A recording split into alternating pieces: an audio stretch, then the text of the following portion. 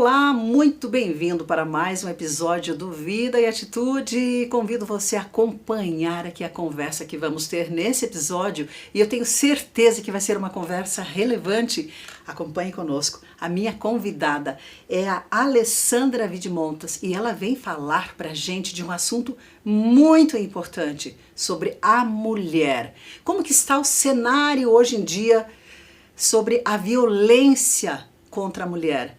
O que tem sido feito para essas mulheres? Será que essas mulheres elas estão sendo ajudadas? Como que está a vida das mulheres atualmente nesse sentido? Você vai entender um pouco desse trabalho maravilhoso que a Alessandra tem feito junto com a equipe dela lá no Beleza Escondida, que é um projeto relevante e vem fazendo a diferença na cidade de Curitiba. Acompanhe conosco.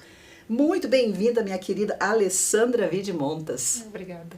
Que bom que você veio hoje aqui para falar desse assunto tão importante, né? Eu sempre digo que graças a Deus que existem projetos, existem pessoas que são chamadas para fazer a diferença na vida das mulheres. E você é uma dessas pessoas que está aqui hoje. Você é uma das fundadoras do Beleza Escondida, certo? Sim. Que é um projeto que trabalha na proteção de mulheres, na acolhida e proteção. É isso? Isso, exatamente. Conte um pouco mais para nós sobre você, quem é essa mulher maravilhosa que está aqui e qual é o objetivo do projeto Beleza Escondida. Muito obrigada, Clarice, pelo convite. É muito bom estar aqui com vocês. Eu sou Alessandra Vidmontas, sou cofundadora da Beleza Escondida e também faço parte da coordenação de 2 casas protetivas aqui em Curitiba. Estas casas acolhem mulheres junto com seus filhos, mulheres que são vítimas de violência doméstica ou que passaram por condições de vulnerabilidade, de extrema pobreza, de risco territorial e muitas vezes por conta dos seus parceiros. E mulheres que não tiveram apoio em outros espaços e em outras esferas, como na família, por exemplo. Então, muitas mulheres que estão hoje acolhidas conosco não puderam ir para a casa de nenhum familiar porque estavam em risco, né? Precisaram pedir a medida protetiva e serem acolhidas em um lugar seguro junto com seus filhos. Há muitas instituições de acolhimento que acolhem apenas as crianças e não acolhem a mulher. E a Beleza Escondida, ela nasceu há mais de 23 anos com a intenção de acolher a criança, mas principalmente a mulher que está em uma condição que ela não escolheu e também precisa de apoio. E o bem mais precioso dela, que são seus filhos, não podem ser tirados neste momento. Ela já está sofrendo por vários motivos e este não pode ser mais um motivo. Então, a iniciativa sempre acolhe tanto a mulher quanto seus filhos. Não acolhemos apenas a mulher sozinha. E durante o processo de acolhimento nessa casa protetiva, ela é atendida por uma equipe multidisciplinar, psicólogos, assistentes sociais, pedagogos, educadores sociais, pelo tempo que for necessário. Então ela pode ficar 3 meses, 6 meses, 1 ano, dependendo da complexidade do caso. E aí, a partir deste trabalho das casas protetivas, nós percebemos que nós precisávamos de um olhar mais atento à mulher. Por quê? Porque ela tem a tendência de dar a vida pelos filhos, mas se deixar de lado e para depois. E uma mulher estruturada, uma mulher que passou por um processo de cura e restauração, aí sim ela consegue dar conta, né, da sua vida e também de proteger seus filhos. Então a Beleza Escondida, ela foca muito nesse universo da mulher, tanto no processo de superação, mas muitas vezes no rompimento do ciclo da violência, que mesmo acolhida, ela ainda não rompeu aqui. Muitas vezes rompeu da porta para fora, né? Fez a denúncia, procurou seus direitos, mas ainda não rompeu nas suas emoções. Em muitos momentos nós precisamos trabalhar isso com esta mulher para que ela rompa o ciclo. E este é um grande desafio porque depende de decisão, depende de emoção, depende do quanto ela consegue tomar esta decisão e a nossa equipe está lá para isso, para auxiliar essa mulher em todo esse processo de rompimento do ciclo e de superação das marcas de sofrimento. Olha só que projeto maravilhoso, e a gente percebe que é um projeto assim que cuida da mulher como um todo, né? Porque muitas vezes a gente conhece alguns projetos, né, que acolhem a mulher, mas ele não tem como acolher os filhos desta mulher, né? E ela vai se sentir incompleta se os filhos não forem ajudados também. Muitas vezes a condição é precária, ela não tem como manter essa família, né? Muitas vezes ela não tem um trabalho, ela não tem uma renda, então aí fica muito difícil e muito mais desafiador ela sair dessa situação, desse ciclo de violência. Muito então mais. já me vem aqui a pergunta, Alessandra, como que vocês identificam esses sinais, né, de violência e quais são os primeiros passos que vocês utilizam para ajudar esta mulher que está sofrendo esta violência? Sim, nós costumamos usar uma principal ferramenta que é o acolhimento. Mas é um acolhimento emocional que precisa ser feito sem julgamento e de uma forma muito empática. Porque ela já se sente culpada, já sente vergonha de estar em uma instituição, de ter escolhido um parceiro ruim, como se a culpa fosse toda dela. Então, para ela romper o ciclo, ela sente vergonha, sente medo, sente muitas outras coisas. Então, nós precisamos acolhê-la e dizer, você é bem-vinda, sinto muito. E essa é uma frase que eu sempre uso quando uma mulher conta que sofreu violência. Eu digo, primeiro, para começar a conversa, eu sinto muito. E só de ela perceber que eu estou me conectando com a emoção dela, ela já desarma um pouquinho e diz, eu preciso de ajuda. E aí ela consegue reconhecer que estava sofrendo violência. Quando ela ainda não consegue, nós precisamos, com informações técnicas, explicar para ela quais são os tipos de violência. Então, normalmente, a violência ela não começa já na violência física. Ela começa com a violência verbal, psicológica, às vezes uma patrimonial maquiada. E aí, ela entra dentro do ciclo da violência e não percebe que ela está no ciclo. Que ao identificar alguma questão que não faz bem para ela, ela sinaliza para o parceiro, eles brigam, ele percebe que vai perdê-la e aí ele vem com a lua de mel e dá flores e diz que não vai fazer nunca mais. De repente ela baixa a guarda, ele volta e aí ele agride novamente. Só que esse ciclo ele vai aumentando e ele não vai diminuindo a intensidade, ele vai aumentando. Então a gente precisa explicar para ela, não é só mostrar aquela imagem do ciclo da violência que tem na internet. É traduzir aquele ciclo para que ela enxergue onde ela tá. E quando ela enxerga, aí é um outro desafio que aconteceu comigo, que é olhar para a situação e pensar, poxa, eu tô passando por isso. E agora? Era melhor não saber, porque eu não tinha que tomar decisão alguma, mas agora eu sei, então ela fica com raiva porque tá sabendo agora da situação, mas ao mesmo tempo ela sofre porque ela não queria estar naquela situação. E ela precisa de ajuda, mas ela não decidiu romper, porque romper é parar definitivamente. Sim, e esse sofrimento, eu queria te perguntar, pode levar muitas vezes esta mulher a uma depressão, certo? Com certeza. A uma ansiedade que pode gerar uma depressão? Com certeza. Isso acontece em boa parte dos casos das mulheres que nós atendemos. Então, o caminho da psicoterapia é indicado para todas, né? Algumas resistem um pouco, né? Mas outras vão aderindo. E muitas vão adoecendo emocionalmente mesmo, né? Perdendo o brilho no olhar, não tem mais, nem conseguem sonhar e fazer projetos de vida. E por isso o trabalho da psicologia é muito importante, porque começa a restaurar aqueles sonhos que foram deixados para trás. E em muitos momentos é o que ela precisa, de alguém que diga, quais são os seus sonhos? Então eu tinha o sonho de fazer isso, isso e aquilo, mas quando eu conheci, quando eu me relacionei com essa pessoa, eu me deixei de lado. E aí nós tentamos resgatar esses sonhos que eram os mais profundos e verdadeiros. E não só isso, né? Não é só resgatar para dizer, olha só o sonho que você deixou para trás. Mas vamos trilhar um caminho para que você consiga alcançar esse sonho. E aí passa por autoconhecimento. Mas principalmente, eu diria que o primeiro passo é identificar o sofrimento. Identificar. E não negar que ele tá ali. É dizer, sim, eu estou sofrendo, sim, eu estou com medo, sim, eu estou decepcionada. Eu nunca achei que ia viver isso. E depois disso, eu não sei para onde eu vou, eu estou perdida, eu preciso de ajuda. Eu estou triste por estar vivendo isso. Para mim é o primeiro passo. Interessante esse reconhecimento, né, da situação, da real situação. Sim. Porque se não acolhe, né, se não acolhe e se não entende o que está acontecendo, é difícil, né, até saber para onde que essa mulher vai, não é mesmo? Agora, e você falou aqui que já passou por uma situação também de violência, e você, com toda essa tua experiência que você viveu, eu creio que você pode trazer, né, muita ajuda para essas mulheres, porém penso que mesmo assim há os desafios, porque cada mulher é única, cada uma tem a sua história, não é mesmo? E é uma história diferente da outra, né? E uma sofre de um jeito, a outra sofre de outro. Tem umas mulheres que com certeza vão chegar lá já com problemas físicos, né? Porque quando o emocional não está bem, afeta em outros problemas de saúde, né? Ou machucadas, né? Tá machucada totalmente os problemas emocionais.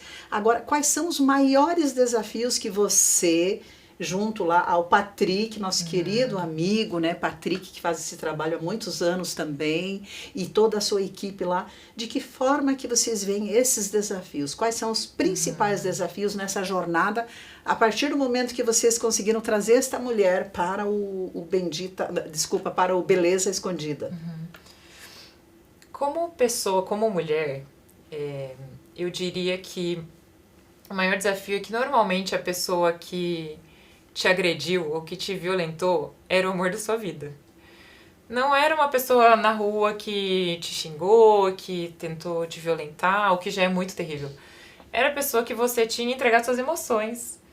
E é essa mesma pessoa que te fere, que te traz sofrimento, que te faz perder o brilho e a alegria de viver. E aí você tem que lidar com isso, com a escolha que você fez de entregar os seus sentimentos para aquela pessoa. Mas ao mesmo tempo, o desafio é devolver esse poder para a mulher e dizer, ok, você escolheu, você fez o seu melhor, era o que você queria, o que você sentia era a sua verdade.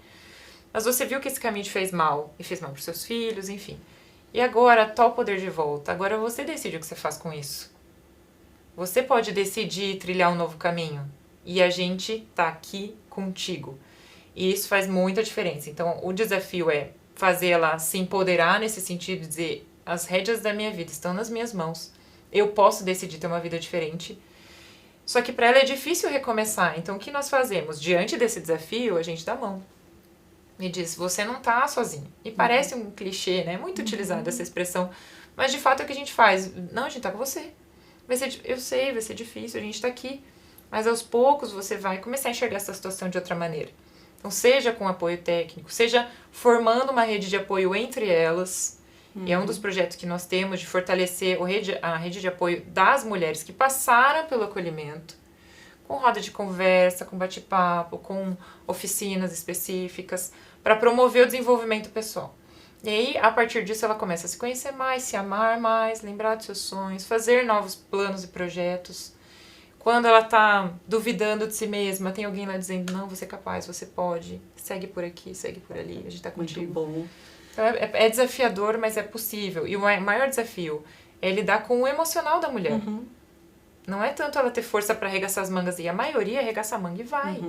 Mas emocionalmente é o mais é o que desafiador. ninguém vê, né? Mas ela sabe o que ela está sentindo lá dentro, né? E aí entra também, você falou em rede de apoio, uma coisa interessante que tem a família, mas muitas não têm esta família, daí como fazer, né? Algumas têm, né? Tem ainda o pai, às vezes é uma jovem mãe, é uma jovem casada, mas muitas já não têm mais o pai, já não tem a mãe, está sozinha nesse mundo. Como que você vê essa questão aí da rede de apoio, trazendo então a família para esta rede de apoio, que deveria de ser a primeira, penso eu, né? A família, quando alguém sofre alguma coisa assim, penso que a família deveria ser a primeira a estar ali apoiando, ajudando e ajudando a trazer uma solução. Mas muitas vezes isso não é possível. Como que você vê isso? Eu vejo que tem muitas famílias que não sabem como lidar, tem outras que julgam a conduta da mulher, aquela velha frase, né? A mulher de bandido tá lá porque quer, e aí julga. Então, uma das primeiras coisas que a gente faz, e isso é um pouco mais fácil pra mim, porque eu penso assim, não vou julgá-la. Já estive numa situação parecida. Eu sei que é difícil. Então, a primeira coisa que eu faço é não julgar. Ah, mas você olha pra pessoa ou pro companheiro que ela escolheu, você pensa, mas como uma mulher incrível dessa tá com cara desse? Mas ela escolheu, as emoções dela falaram mais alto, não sei, teve algum motivo, então você não julga. Então, o primeiro passo e é difícil pra família, não julgar a escolha. Há famílias que, inclusive, chegam a defender o agressor. Já vi isso. E culpabilizar a mulher. É muito triste. Acontece, e é terrível. Ou em outros ambientes, né, falando aqui da rede de apoio, tem a questão da família, tem a questão do círculo social, tem a questão da igreja, muitas vezes, onde ela não encontra um lugar de confiança e segurança para abrir. Então, uma das recomendações que nós fazemos é, primeiro, tentar uma pessoa da sua confiança, uma mulher que seja da sua confiança. Eu não tenho, não consigo me abrir com ninguém, tenho muita vergonha. Procura um terapeuta, procura um psicólogo, procura alguém para dizer o que você está vivendo. E, de fato, não é uma coisa ou outra, né? O processo terapêutico sempre ajuda. É fundamental para o rompimento do ciclo da violência, na minha visão. Fundamental. E uma coisa que eu queria te perguntar aqui é a questão da classe social. A gente vê que não há, né, uma classe social que sofre mais violência doméstica ou não, né? A gente vê que está muito assim, tem a classe alta, tem a classe média, a classe baixa. Como que você vê esse cenário? Na verdade, ela acontece em todas as esferas. Então, independente da classe social, a violência está presente, mas em algumas está mais. Então, os dados mostram que a mulher que mais sofre violência é a mulher negra da periferia. Essa é a que mais sofre violência. Já começa pelo preconceito. A mais. Depois, só que ela também está presente, classe média, alta, independente disso, só que também tem uma questão. As vulnerabilidades de uma mulher que é de classe social baixa ou de periferia, elas têm outras vulnerabilidades que impedem o rompimento do ciclo. Que são diferentes da mulher de classe alta, que tem como principais desafios a vergonha, por causa do status. Às vezes ela é uma líder, uma liderança, às vezes ela pode ser até uma pastora, às vezes pode estar acontecendo dentro da igreja, não? Infelizmente, há muitos dados que mostram isso. Até há literaturas que foram criadas, escritas para orientar líderes religiosos em como tratar desse assunto. Porque o índice de mulheres evangélicas que sofrem violência é altíssimo. E eu já acompanhei projetos que foram implantados dentro de igrejas e que tiveram que encerrar suas atividades ou que foram podados na sua atuação porque começaram a denunciar o que estava acontecendo dentro das igrejas. Então, um grande desafio para quem está no ambiente das igrejas é romper esse silêncio que muitas vezes acontece por parte da liderança da igreja. E também no sentido de eu tenho vergonha de dizer que estou passando por isso, não vou expor o meu esposo, isso vai ser vergonha para ele. Às vezes ele também é da alta sociedade, né? É um líder muitas vezes. E a mulher se preocupa com o que vai acontecer depois, né? Também tem uma questão de dependência financeira, muitas não saem, porque ao romper, ou vão precisar começar a trabalhar, e nunca trabalhar. Então, às vezes, não é porque ela não quer trabalhar e querer alguém pra é que ela já estava com um estilo de vida, num padrão. Já tinha. Né? E também, ela, muitas vezes, nem terminou sua faculdade, ou faz muito tempo que não trabalha, nem sabe por onde começar, porque não precisava trabalhar. Porque ele financiava todas as despesas. Sim. Então, há desafio em qualquer uma dessas esferas, sabe? Mas, uma mulher que tem, né, uma condição social e econômica melhor, ela dificilmente vai para uma instituição de acolhimento como a nossa. É raro, assim, esses 6, 7 anos que eu estou lá. E para onde ela vai? Ela vai ou para casa de uma amiga, ou ela paga um lugar para ela ficar. Tá. E eu aproveito para fazer a seguinte pergunta. Pode ser que muitas mulheres que estão nos assistindo hoje, aqui neste momento, estejam passando por isso. Sim. Estejam passando por, sofrendo violência verbal, psicológica, física, enfim, qualquer tipo de violência dentro da sua própria casa. Essa mulher tem medo, certo? Essa mulher tem medo de falar. Ela quer falar, mas ela tem medo. Como vencer esse medo? Como lidar com este medo para que ela possa experimentar uma outra situação de proteção e de transformação da vida dela? Não vou dizer que é fácil. Não é. E eu prefiro lidar com a verdade. Porque ela precisa entender o caminho que ela vai percorrer.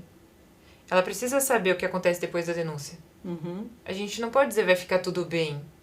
Nós vamos orar e tudo vai ficar bem. É um processo, ela vai ter que passar pelo processo. Vai, e provavelmente vai doer. Mas, antes disso, do que eu viver uma vida de sofrimento, ou então, a partir do acúmulo das violências, realmente culminar no feminicídio, que pode muito acontecer.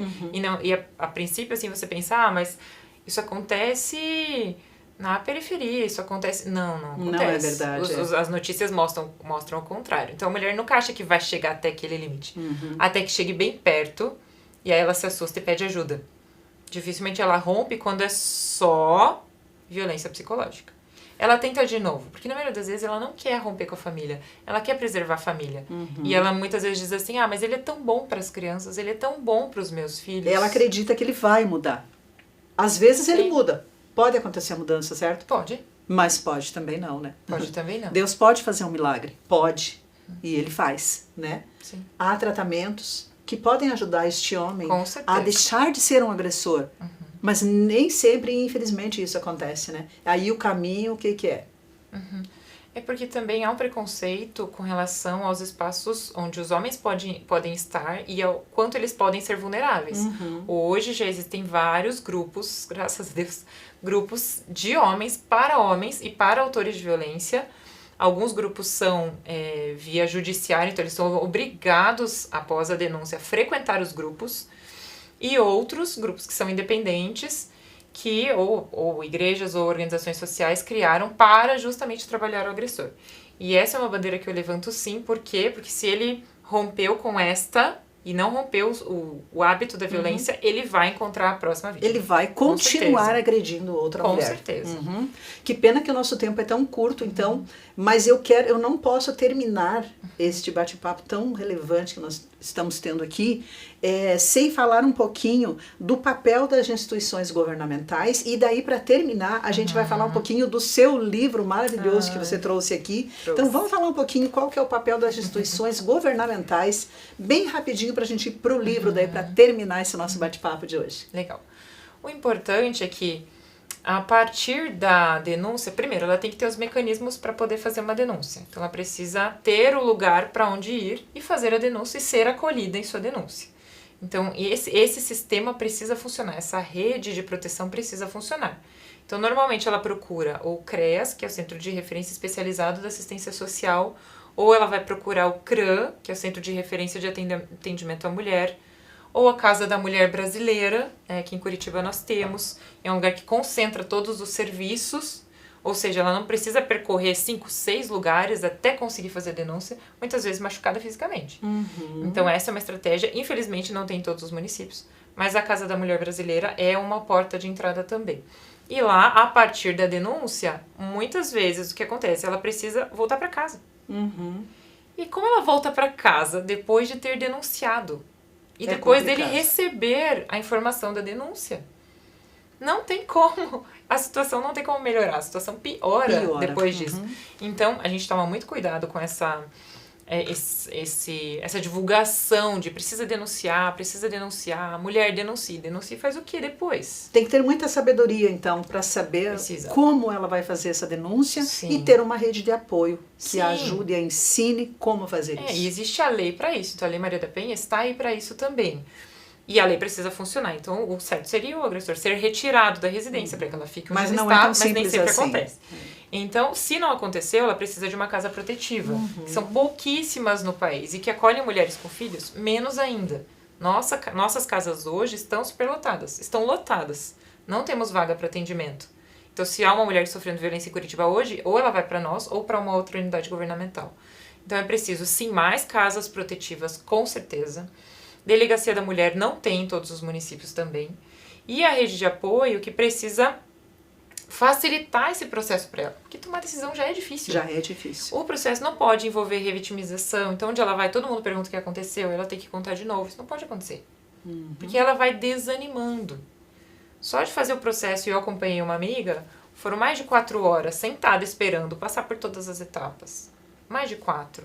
E em muitos momentos ela disse, acho que não foi tão grave assim, acho que eu não vou. Eu falei, não, você não vai.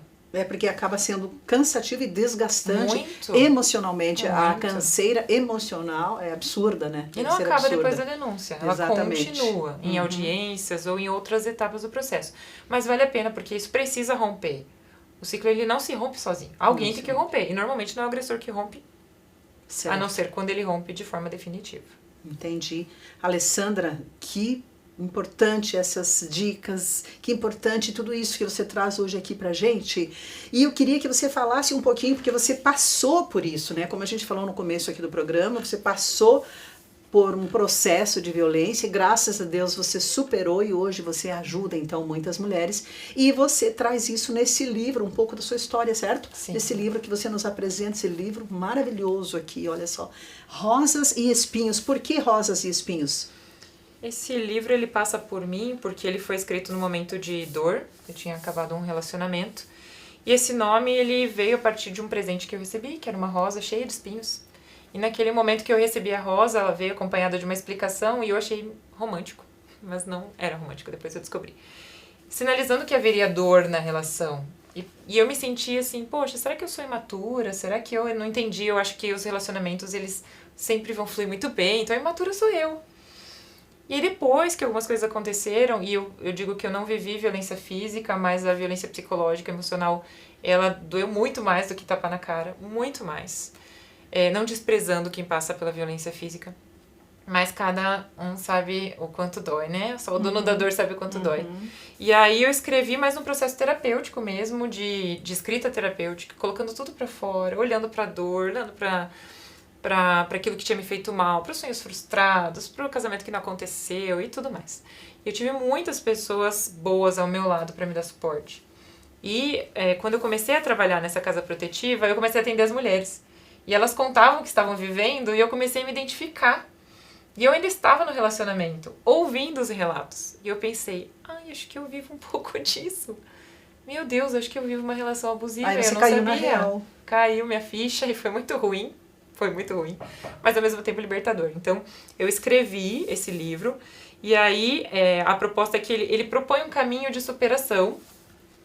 Aqui são 3 mulheres que simbolizam esse processo. A Dolores, que significa dor, ela ainda está, né, voltada ao passado, com o seu sofrimento na mão, cheio de marcas, sofrendo. A proposta é que ela caminhe o processo de ressignificação da dor e vá se transformando em pérola, né, transformando a sujeira em beleza, já olhando para frente, ainda ressignificando suas dores.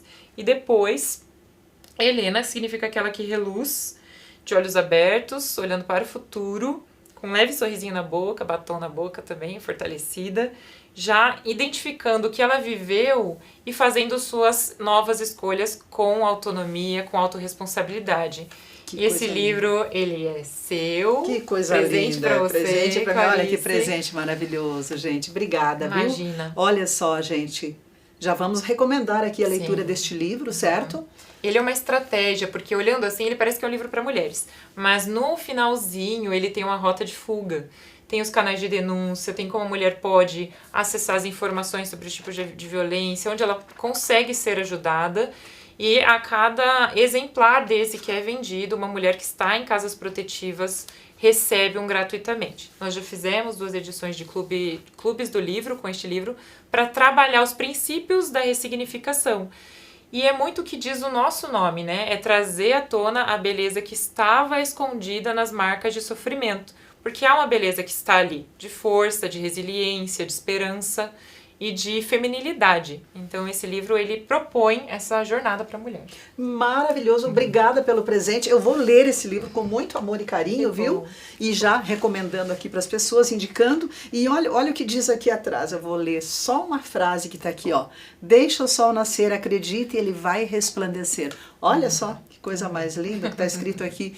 E inclusive vocês têm a madrinha, né, de vocês, Sim. que é a Cláudia Leite, que ela ajuda nesse projeto aí, que esse é um assunto para um outro dia, né? E vocês estão de parabéns pelo projeto, parabéns a você, pelo livro, pelo projeto, parabéns ao Patrick, né? Que Sim. Patrick Reason, né? Isso. Que está também junto com você nesse trabalho lindo, e toda a sua equipe, né? Que estão ali atuando nesse projeto de transformação. Eu tenho certeza que agrada ao coração de Deus. Sim, Parabéns, viu? obrigada. Muito obrigada pela sua presença. Obrigada. Se eu puder complementar só com uma informação, nós fizemos questão de ter a participação do Patrick nesse livro, porque a nossa visão da beleza escondida é de homens e mulheres cooperando juntos. Nós não estamos em uma batalha sem fim de mulheres contra homens, nem de culpabilização. Não é para isso que a gente está aqui. A gente é contra a violência, e a ideia é que dentro desse projeto, dessa instituição, nós saibamos que há sim homens protetivos, né? Todo esse projeto foi idealizado por um homem, inclusive, e nós em parceria fazemos isso acontecer. E também, quem quiser saber mais sobre a beleza escondida, é só acessar belezaescondida.com. E lá nós temos informações sobre violência, canais de denúncia, palavras de inspiração para as mulheres, lives com conteúdos bem importantes. Temos uma lojinha virtual também que a pessoa pode entrar e adquirir nossos produtos para ajudar na instituição, na causa e tudo mais. Então fiquem à vontade para conhecer um pouco mais do projeto. Fantástico. Muito obrigada, parabéns, obrigada pelo presente. Que bom que você acompanhou mais um episódio do Vida e Atitude. Deixo aqui um beijo carinhoso. Deus abençoe grandemente você e a sua família.